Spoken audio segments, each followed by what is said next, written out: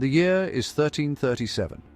The world stands on the edge of transformation, the air thick with anticipation as dawn breaks over medieval Europe.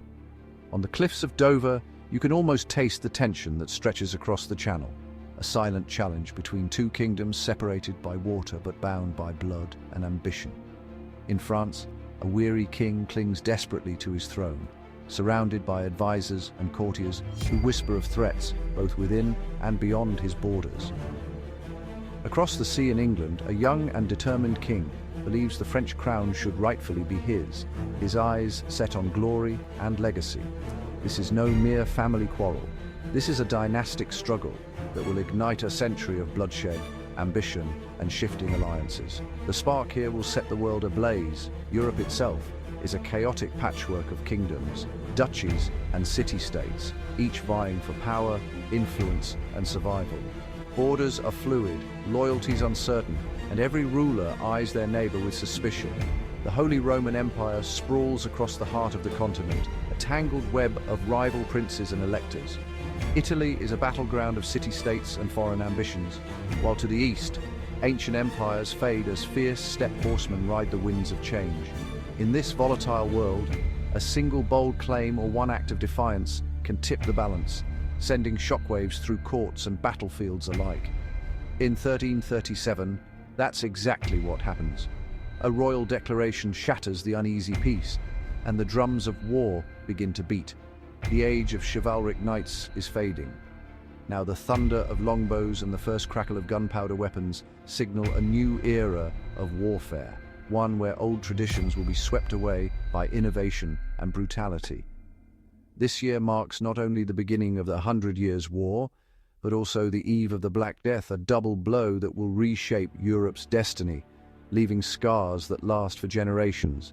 It's not just a chapter in a history book, it's the explosive start of a new era where every decision, every battle, and every alliance will echo through the centuries. 1337 is where the epic saga of Europa Universalis V should begin. A world on the brink waiting for you to shape its fate. The powder keg is lit. The world holds its breath. What happens next is up to you. Why 1337? Because it's the edge of chaos. The world is about to be reshaped by war and plague. Starting here, players face survival before expansion, navigating the 100 Years' War and the Black Death. The old feudal order is crumbling, kings are challenging the church, and national identity is being forged in fire.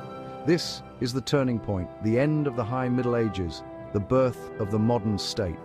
The war forces innovation, new taxes, new armies, new ideas. People begin to see themselves as English or French, not just as subjects. 1337 is about crisis and transformation, a true test of leadership. It's the ultimate grand strategy challenge. To understand 1337, picture a continent of contrasts. Cathedrals and universities rise, but most people are peasants, tied to the land and ruled by distant nobles. Royal families are tangled by blood and rivalry, not friendship. The Holy Roman Emperor battles the Pope, Spain's kingdoms push south. Power is personal and fragile. Famine and hardship are recent memories. Millions died just decades before. Society is a rigid pyramid, but cracks are forming. Trade is creating wealthy merchants in cities like Venice and Bruges. New ideas are spreading, and the climate is turning colder. Europe is a powder keg of social tension, political rivalry, and environmental stress. All it needs is a spark. That spark is about to ignite in France. The world is ready for upheaval. The stage is set. Our story begins with a death, a moment that would plunge Europe into chaos and reshape its destiny. In the cold stone halls of a medieval church, a king's passing is not just a family tragedy, but a crisis for an entire nation. In the year 1328, the King of France dies, leaving behind no son to inherit his throne. The royal tombs fill with mourners, but outside, uncertainty and fear grip the court. According to the ancient laws of the land, the crown cannot pass through a woman. This rule, meant to preserve the kingdom's strength, now sows division and doubt. Across the Channel, England's young king, Edward III, nephew to the late French king, believes his blood gives him a rightful claim. But to the French, he is still an outsider, an Englishman. The French nobility, wary of foreign rule, choose Philip of Valois, a cousin, to wear the crown. For a moment, a fragile peace settles over the land, but beneath the surface, old rivalries simmer. Edward, forced by feudal custom, kneels and pays homage for his lands in France. Yet his pride and ambition burn quietly. He cannot accept being denied what he sees as his birthright. Tensions rise as France supports Scotland, England's old enemy, while England stirs unrest in Flanders, a wealthy region vital to both kingdoms. The chessboard of Europe is set, alliances forming and breaking.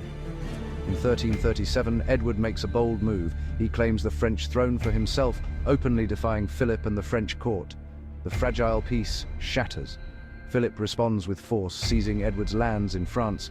Castles fall, and the drums of war echo across the countryside. The 100 Years' War erupts. Swords are drawn, navies clash on stormy seas, and the old order of Europe begins to crumble under the weight of conflict. At the Battle of Crécy, English longbowmen unleash a storm of arrows, ending the dominance of the mounted knight and changing the face of warfare forever. The war will rage for more than a century, reshaping borders, toppling dynasties, and transforming the very fabric of European society. With the thunder of cannons and the dawn of gunpowder, a new era of warfare and a new world begins. The powder keg has exploded, and nothing will ever be the same. The 100 Years' War isn't constant battle. It's chaos, truce, and terror for common people. Armies and mercenaries pillage the countryside, leaving peasants desperate. Women like Philippa of Hainault and Jeanne de Penthièvre shape the war from behind the scenes. The rise of the longbowmen means commoners, not just nobles, matter on the battlefield. War brings social change. Yeomen return home with new skills and expectations. The seeds of social mobility are sown in blood. Kings gamble everything, nearly bankrupting their realms for glory and survival. Chivalry is a myth. The war is brutal and desperate. For kings and commoners, it's a fight for existence. The old world is dying on the fields of France. A new order is emerging. As war rages, a new terror arrives, the Black Death. In 1347, plague sweeps in from the east, killing up to half of Europe. War pauses, fields go untended, cities become graveyards. Fear and superstition spread, fueling persecution and despair. Art becomes obsessed with death. The dance of death haunts Europe. When the plague recedes, society is transformed. Labor is scarce, peasants demand more, and the old order cracks. Attempts to restore feudalism spark revolt and unrest. Rulers need money, not feudal levies. Taxes and bureaucracy grow. The Black Death accelerates the rise of the modern state. Uprisings shake the continent. The survivors refuse to return to the past. The world is forever changed. The storm has only just begun. War and plague forge new identities. In England, the nobility abandons French. English becomes the language of power and literature. In France, shared trauma and new leaders unite a fractured kingdom. Kings become symbols of nationhood, not just feudal overlords. The economy shifts. Labor shortages drive innovation, trade, and the rise of a market economy. The manorial system collapses. Wage labor and rents take its place. Parliament gains power in England, demanding rights in exchange for taxes. The seeds of constitutional monarchy are planted. Europe is remade, politically, economically, and culturally. The old world is gone. A new one is taking shape. By the late 14th century, the world of 1337 is gone. Knights and castles are relics. Gunpowder and infantry rule the battlefield. The Black Death has empowered commoners and weakened the old order.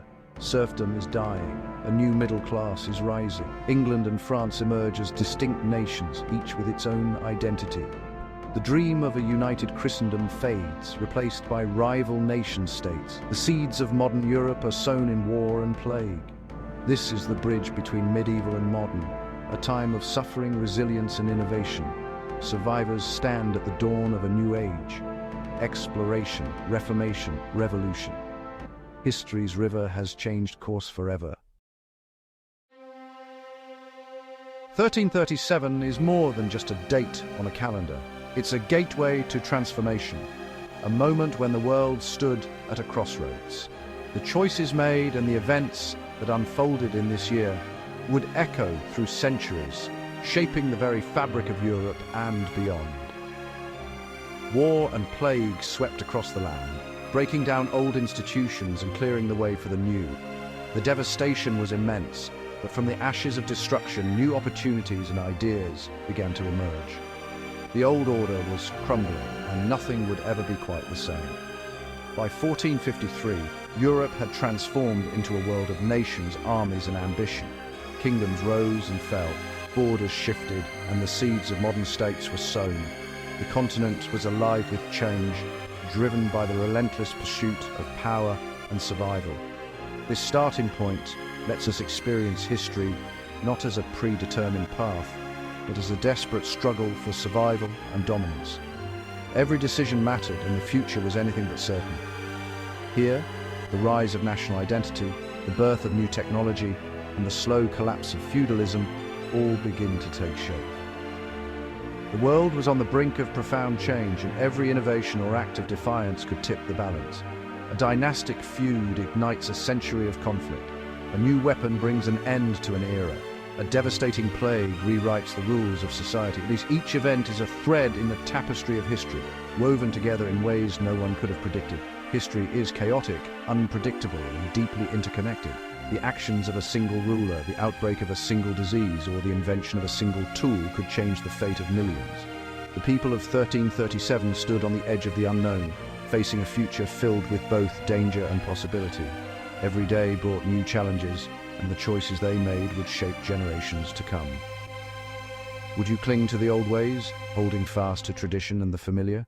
Or would you seize the chaos, daring to build something new from the ruins of the past? The world was changing, and only the bold would thrive. This is the story of Europa Universalis, a grand tale of ambition, resilience, and transformation. It is the story of the birth of our modern world, forged in the fires of uncertainty and hope.